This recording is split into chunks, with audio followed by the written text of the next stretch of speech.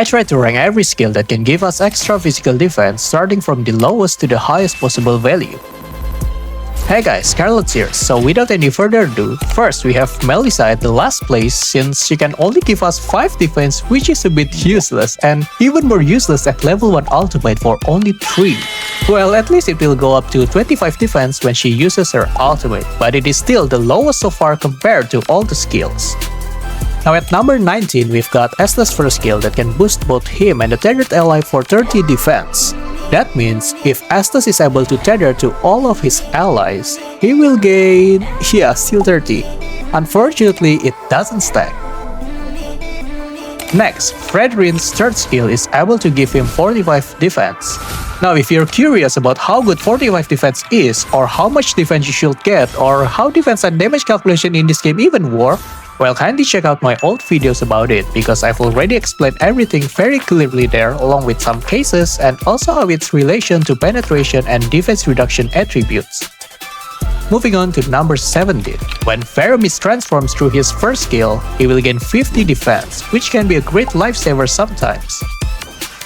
And we've got Carmilla's passive that can steal up to 11 defense for each stack, up to 5 stacks for a total of 55 defense. Followed by Lepus ultimate that can give him extra 60 defense. Combine it with his enhanced second skill and he will become a lot tougher in a team fight. But Lapus still loses to Roger because Roger's wolf form is able to give him a permanent 65 defense as long as he stays in his wolf form. Number 13, we've got Atlas passive that can give him extra defense when he is in the frigid breath state that will scale based on his extra health.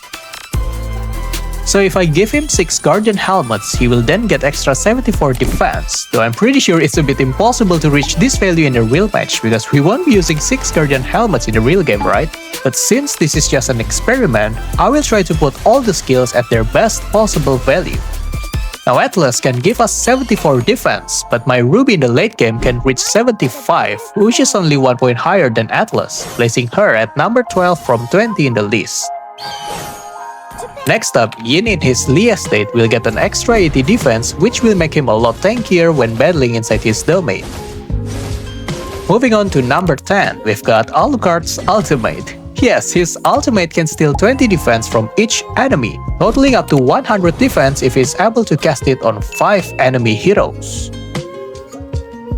Now Alucard's ultimate should be tied with Barret's in his fully stacked Big Guy passive for 100 defense, but because it's easier for Barret's to reach 100 defense by just keeping up his stack, I'll be putting him in the 9th place simply because it's easier to reach. At number 8, Leomord in his ultimate state will grant him extra 110 defense, which is probably the best flat defense boosting skill out of all transformation abilities. The reason why I say the best flat defense boosting skill is because Lucas' ultimate will boost all of his stats by 20%, so it's not flat anymore. And when we give him 6 plate armors, he will reach up to around 113 extra defense, putting him right after Leomord at 7th place. Next, while Estes' ultimate can only give him 30 defense, he can actually boost all of his allies' defense when tethered, and if we count the total amount of defense he can provide, then he can give up to 150 defense, placing him in the 6th place. Now Joy, she is probably the most unique one amongst the others because her defense boost from her ultimate will scale with magic power stats.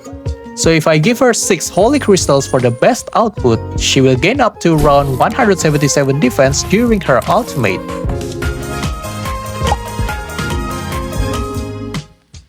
Next, at number 4, surprisingly, it's Johnson. Well, at first I thought he should be placed at either 1st or 2nd because he can permanently increase his physical defense by 30%. But it turns out that 30% is not the highest percentage defense boosting skill in this game, leaving Johnson only able to get around 185 defense even with 6 plate armors. Moving on to the top 3, we have Gatotkacha's passive here.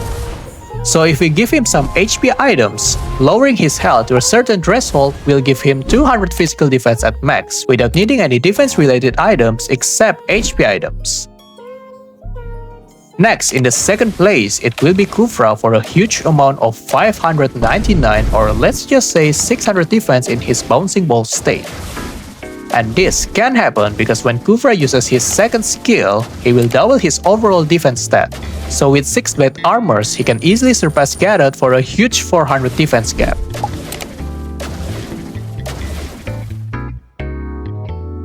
At this point, is there even any hero that is able to boost their defense stats higher than 100%? Well, there is, and it's none other than literally a rock. So yeah, Grok's passive in the late game can boost his overall defense by 120%. So with 6 blade armors, he can get up to 685 extra physical defense while the shield is active, which puts him in the first place as the hero with the highest possible extra physical defense gain. And lastly, this video is only for fun because in here, I just want to show you which hero can score the highest possible extra physical defense gain in the game. So don't be too serious about this video because ain't no way I'll be using 6 blade armors in the real match. And if I miss some heroes in this test, feel free to mention it. So yeah, I guess that's all. Thanks for watching and see you around.